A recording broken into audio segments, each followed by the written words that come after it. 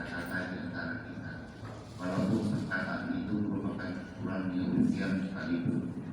Barang siapa masih ada yang berkata-kata, maka akan sia-sialah sholat Jumat yang pada hari ini.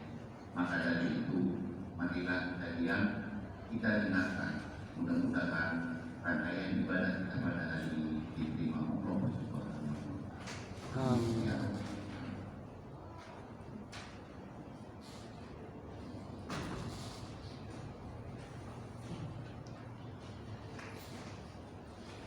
Alhamdulillah, alhamdulillahillazi an'ama 'alaina bil ni'mati al iman wal islam wa akramana bi rasulil kiram. Asyhadu an la ilaha illallah wa la syarika lah wa asyhadu anna Muhammadan abduhu wa rasuluhu la nabiyya ba'da. Amma ba'd. Ya ayyuhannas, usikum bi nafsi bi taqwallah faqad fazal muttaqin. Wa qala Allah ta'ala fil Qur'anil karim, a'udzu billahi minasy syaithanir rajim. Bismillahirrahmanirrahim. Ya ayyuhallazina amanu ittaqullaha haqqa tuqatih wa la tamutunna illa wa antum muslimun. Wa qala aidan, a'udzu billahi minasy syaithanir rajim. Bismillahirrahmanirrahim. Ya ayyuhallazina amanu ittaqullaha wa tanzur nafsum ma qaddamat lighadin wa taqullaha innallaha khabirun bima ta'malun. Shadaqallahu al-azim. Jemaah salat Jumat bersama dengan Allah Subhanahu wa Ta'ala. Marilah sama-sama kita memanjatkan puji syukur kehadirat Allah Subhanahu wa Ta'ala, di mana berkat limpahan rahmat nikmat terutama nikmat iman dan Islam, sehingga kita senantiasa dapat hadir kembali di masjid yang kita cintai dalam rangka salat Jumat secara berjamaah. Saya ingin selawat dan salam sebuah tercurah atas junjungan kita Nabi kita Muhammad sallallahu alaihi wasallam dan serta keluarga, sahabat-sahabatnya, dan kita yang terus istiqomah menjalankan sunnah-sunnah beliau akan mendapat syafaatnya di hari kiamat nanti. Amin ya rabbal alamin. Pada kesempatan baik ini, hadirin berwasiat, marilah kita meningkatkan iman takwa kita kepada Allah Subhanahu wa Ta'ala dengan sebenar-benarnya takwa, yaitu menjalankan perintah-perintahnya dan menjauhi semua apa yang telah dilarang oleh Allah Subhanahu wa Ta'ala. Jemaah salat Jumat bersama dengan Allah Subhanahu wa Ta'ala, ada penjuru besar hari ini, yaitu pentingnya memiliki lingkungan yang baik. Hadirin kaum muslimin rahimahullah, di kisah ada seorang petani yang hidup di pulau terpencil. Kehidupan sehari-hari jauh dari agama, tidak melaksanakan sholat, puasa, ibadah-ibadah lainnya. Setiap hari dari pagi sampai sore, waktu dihabiskan untuk mengembalakan sapi. Melihat seorang kehidupan petani yang jauh dari agama ditambah usia yang sudah mulai tua, beberapa orang mengingatkan untuk tidak terlena dengan kehidupan duniawi. Namun sayang, jiwa, hati, dan raganya belum tergerak untuk beribadah. Pada suatu hari kawan penjahat datang mencuri 5 ekor sapi, yaitu bersama anaknya yang tempat tinggal tidak jauh dari masjid. Seiring berkembangnya waktu, dengan izin Allah Ta'ala, hidayah datang.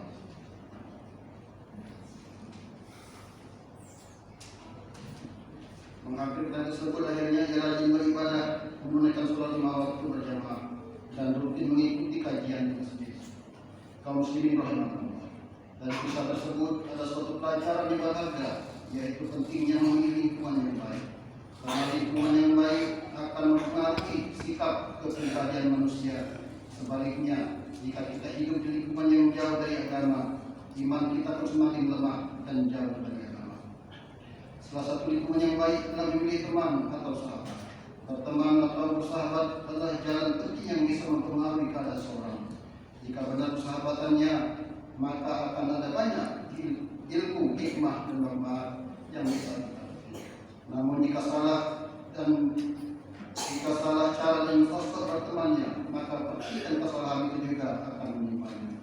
Banyak orang yang terjerumus masuk ke jurang kemaksiatan, kesesatan karena pengaruh teman yang salah. Tapi tidak sedikit juga orang yang mendapatkan hidayah disebabkan bergaul dengan teman-teman yang soleh.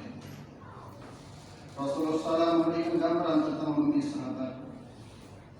Masalul jalisi solihi wassamai kahamilul miski munafihil kabir kahamilul miski imaman yuhika wa imaman tabta aminu wa imaman tajidan huraihan taibatan munafihil kabir lima an yuhrika syiyadaka wa imaman tajida raihan khalisa.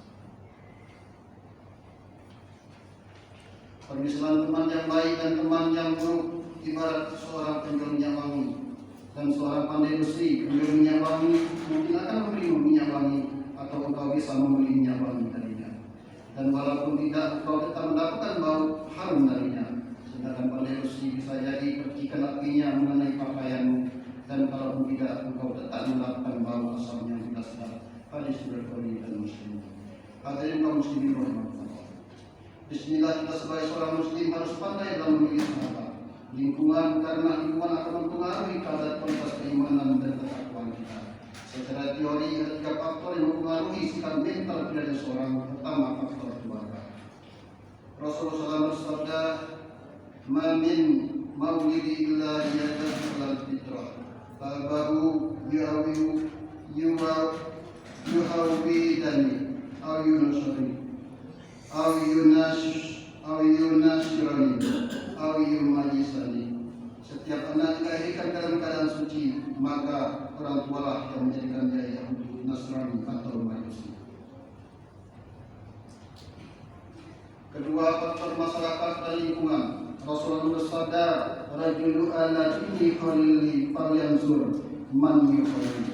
Seseorang berada pada keagamaan temannya, maka lihatlah siapa yang dijadikan temannya. Hadis riwayat Tirmidzi dari Abu Hurairah.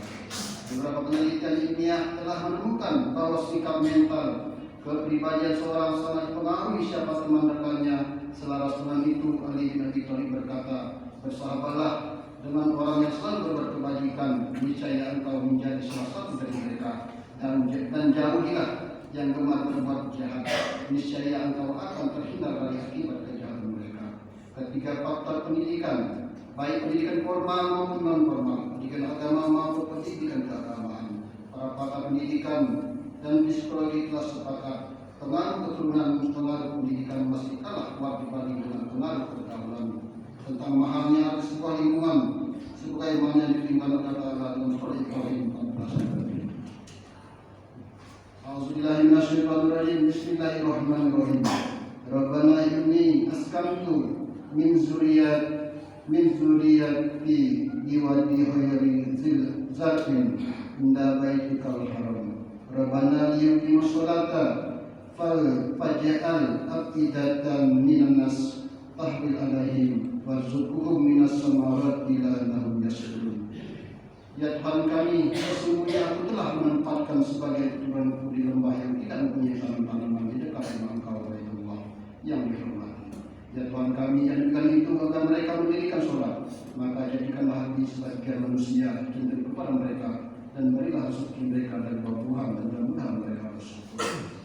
Doa ini dipanjatkan Nabi Ibrahim alaihissalam. Beliau akan meninggalkan istri dan anaknya Hajar dan Ismail, putra tercintanya, di sebuah lembah yang tandus, kering kerontang, tidak ada tumbuhan dan tanaman, bahkan tidak ada kehidupan. Disinilah banyak hikmah yang bisa diteladani, terutama dalam metode pendidikan yang diterapkan Nabi Ibrahim alaihissalam kepada keluarganya. Nabi Ibrahim tidak meninggalkan keluarganya di sembarang tempat. Beliau menempatkannya di dekat Baitullah rumah Allah. Tentu saja ini bukan suatu kebetulan, melainkan sebagai pertanda sejak awal Nabi Ibrahim AS ingin mengkondisikan keluarganya untuk dekat dengan Baitullah. Begitulah seakan beliau yakin betul betapa tidak mungkin anak dan keluarganya menjadi soleh dan tanpa mengenal Baitullah. Jemaah Jumat sama-sama di dalam Allah Subhanahu wa taala. Demikianlah khotbah singkat yang dapat saya sampaikan. Yakinlah ketika kita kembali mendekatkan diri ke rumah Allah Ta'ala seperti masjid dan rutin menghadiri majelis ilmu, Allah Ta'ala akan memilih setiap langkah kita untuk mendekatkan diri menjadi calon penghuni surga. Semoga Allah Ta'ala membimbing kita semua. Amin ya rabbal alamin. Para penghuni wala Quran azim, munabari wa iyyakum bima fihi min al-ayati wa dzikril hakim, wa taqabbal minna wa minkum tilawatu innahu sami'un alim, wa qul bi wa rahmatullahi wa barakatuh.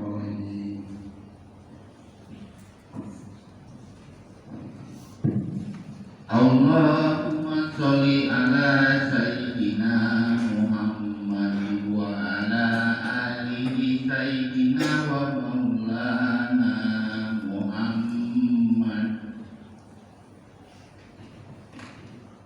Alhamdulillahillazi hamdan katsiran kama amara. Asyhadu an la ilaha illallah wahdahu la syarika lah. Wa asyhadu anna Muhammadan abduhu wa rasuluh. Allahumma shalli ala sayyidina Muhammadin sallallahu alaihi wa ala alihi wa sahbihi salatan daiman wa sallallahu amma ba'd. Ya ayuhan nas ittaqullaha inna amrakum bi amri ibadatihi bi nafsi wa sanbi malaikatihi wa ya bil mu'minin min ibadihi. Faqala azza wa jalla inna Allaha wa malaikatahu yusholluna 'alan nabi ya ayyuhallazina amanu shollu 'alaihi wa sallimu taslima. Allahumma shalli ala sayyidina Muhammadin sayyidil mursalin wa anbiyaika wa rasulika wa malaikatika muqarrabin wa alihatika ajmain. Allahumma fir lil mu'minin wal muslimin wal muslimat wal mu'minin wal mu'minat innaka sami'un qaribun. Allahumma bisalahim wa dayyanihim wajhum min digis sulim ila sadi'atumim wa la tajahum fitnatal jizalimin wa najihim birahmatika minal qawmil kafirin. Rabbana atina fid dunya hasanah wa fil akhirati hasanah wa qina adzabannar. Rabbana ighfir lana wa li ikhwanina sabaquna bil iman wa la taj'al fi qulubina ghillan lil ladzina amanu rabbana innaka ra'ufur rahim. Ibadallah وإياه القربى وينهى عن الفحشاء والمنكر والبغي يعظكم لعلكم تذكرون فاذكروا الله يذكركم